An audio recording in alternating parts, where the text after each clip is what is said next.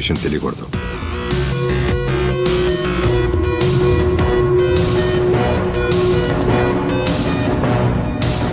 నీకు చివరి అవకాశం ఇస్తున్నా. ఆ వీడియో ఎవరికి పంపావో చెప్పు.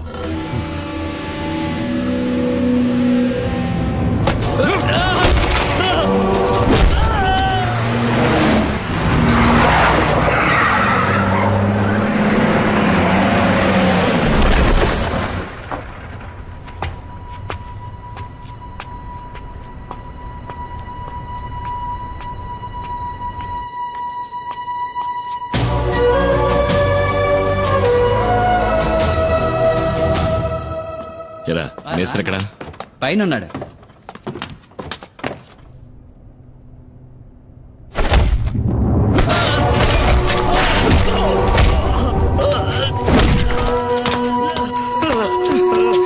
రే శివ, ఏంట్రా ఇది? ద్రోహం. నమ్మక ద్రోహం చేసిన వాణ్ణి ఎప్పటికీ క్షమించకూడదు. ఏం ద్రోహం? వీడు నా ఫ్రెండ్ రా. నువ్వే అడిగి చూడు, వాడు తీసిన వీడియోని ఎవరికి పంపించాడో. చెప్పండ్రా. వదరా శివ.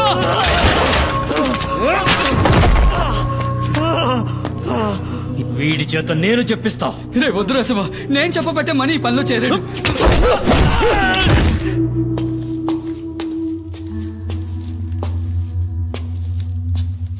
రా కుమార్, కూర్చో.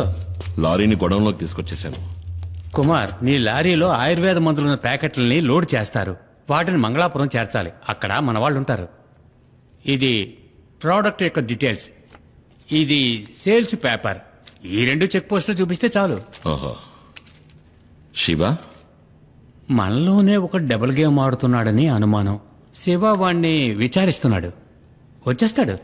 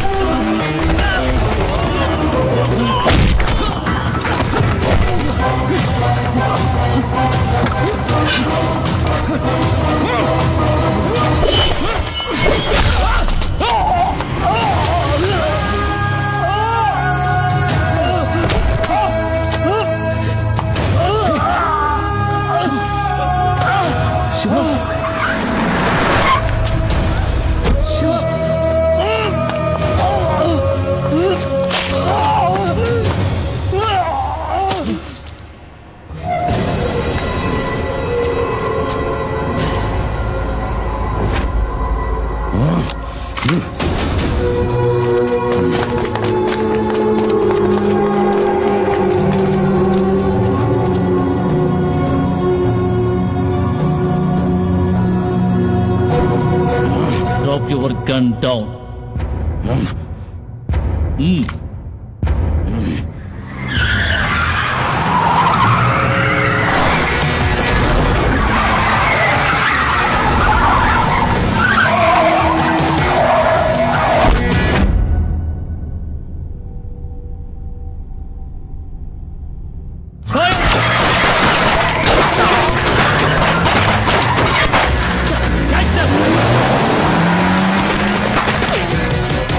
కుమార్, సార్ నేను ఇదంతా నేను చూసుకుంటాను. నువ్వు వెంటనే పులియూరుకు పో.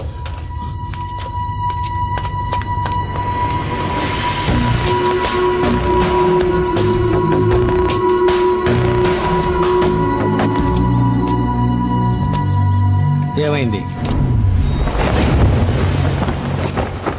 పులి కుమార్ ఎక్కడున్నాడో నాకు తెలుసు రామయ్య. వాడిని తిరిగి రాని డాడీ. నీ ముందే వాడిని ఈ తుపాకీతో కాల్చి పారేస్తా.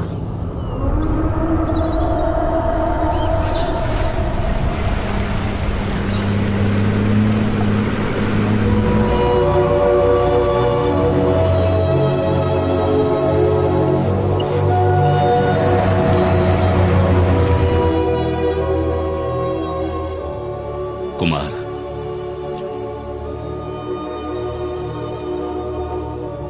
మీరందరూ కలిసి నన్ను ఇక్కడి నుంచి ఎందుకు పంపించేశారు? ఈ అడవిలో నా ప్రాణానికి ఏదో ప్రమాదం ఉందనేగా. నాకిప్పుడు అర్థమైంది బాబా. అడవిలో ఉన్న మృగాల కన్నా ఊళ్ళో ఉన్న మనుషులే ఎంతో ప్రమాదకరమైన వాళ్ళు. అడవిలో ఉన్న శత్రువుల కంటికి కనిపిస్తారు, ఎదిరించి పోరాడగలం. కానీ ఊళ్ళో ఉన్న మనుషులు అలా కాదు. తీయగా మాట్లాడతారు, ప్రేమ చూపిస్తారు. కానీ అది నిజమని నమ్మే లోపే మనల్ని వెన్నుపోటు పొడుస్తారు. ఇలా జరుగుతుందని ఎవరికి మాత్రం తెలుసు కుమార్? ఇవేవి మైనాతో చెప్పద్దు. జీప్ ప్రమాదంలో మనకి దెబ్బలు తగిలాయని అనుకుంటోంది.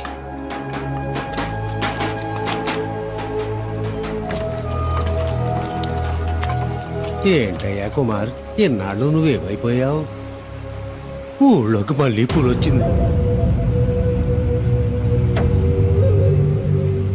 ఈ నెల రోజుల్లో 7 మందిని చంపేసింది ఆ పెద్ద పులి. నీ కోసం ఎక్కడెక్కడో వెతికావు. నువ్వెక్కడున్నావో తెలిస్తే కదా పిలిపించగలం. కుమార్, నా మనవరాలు మల్లికని నేను చూస్తూ ఉండగానే నిన్న రాత్రి అడవిలోకి లాక్కెళ్ళింది.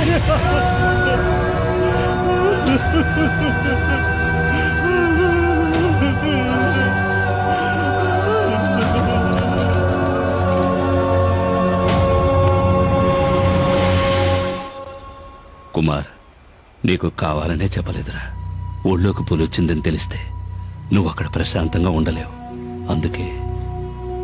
నువ్వేంటి అంతలా ఆలోచిస్తున్నావు? పులిని చంపడానికి మళ్ళీ అడవిలోకి వెళ్ళిపోతావా?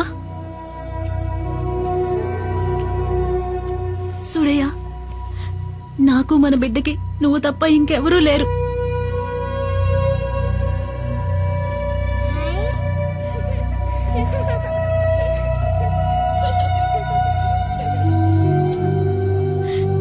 నా మాటేనయ్యా.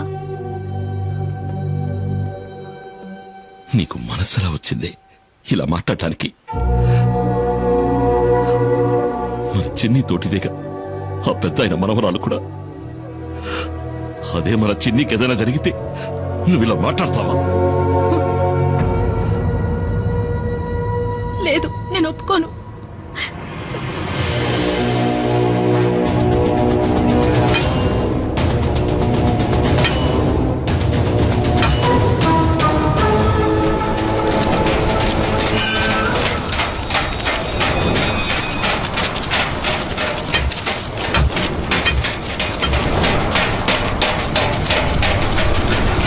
కుమార్, మన చెసి మీదకి పులి దాడి చేసింది.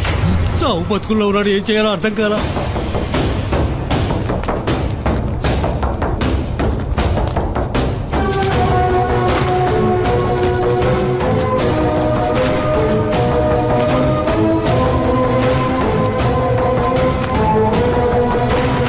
కుమార్,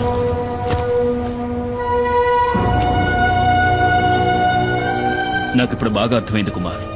ఆ పెద్ద పుల్ని చంపాలంటే ఫారెస్ట్ డిపార్ట్మెంట్ ఇచ్చిన ఈ తుపాకీ సరిపోరు. నిజమే సారు, దానికి తుపాకీ చాలదు. పులిని వేటాడి చంపాలంటే అడవి గురించి తెలియాలి, అడుగుజాడలను బట్టి ఎటెళ్ళుందో తెలుసుకోవాలి, దాని చప్పుడు విని పులి ఎక్కడుందో తెలుసుకోవాలి. పులియూరులో ఇవన్నీ బాగా ఎరిగిన మగాడు ఈ కుమార్ ఒక్కడే. నిజంగా నాకు ఇప్పుడు అర్థమైంది కుమార్. వీళ్ళంతా ఎందుకు నేను ఆరాధిస్తున్నారో. పెద్ద పులిని చంపడానికి వేటగాడికి ఇచ్చిన పీసీసీఎఫ్ ఆర్డర్ ఇది. ఈ ఊరిని కాపాడాలి, అది నీకే సాధ్యం.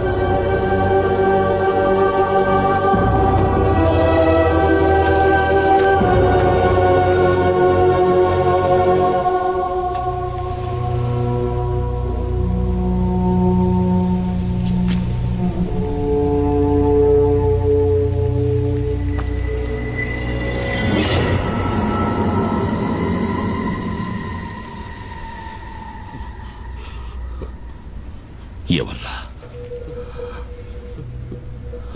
వాడే అన్న డాడీ గిరిజ.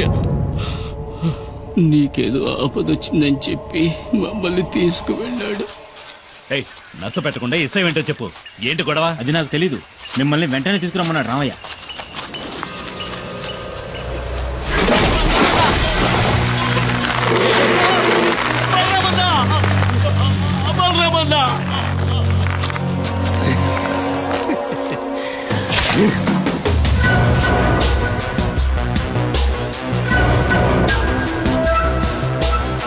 బలరాముడు కుమారుగడి శక్తి ఆ కృష్ణ పరమాత్ముడికి బలరాముడిలాగా కదా. కానీ నీకు నోకలు చెల్లిపోయాయి బలరామా. ఎందుకంటే నేను నిన్ను చంపబోతున్నాను.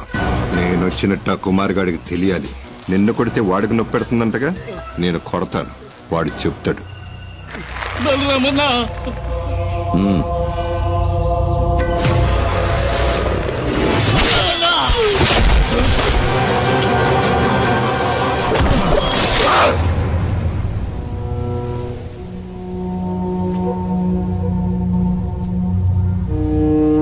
మీరు చెప్పింది నిజం పెద్ద ఆయన. శత్రువు అది పులైనా మనిషి అయినా సరే దాన్ని అదున్న చోటుకెళ్ళే చంపాలి.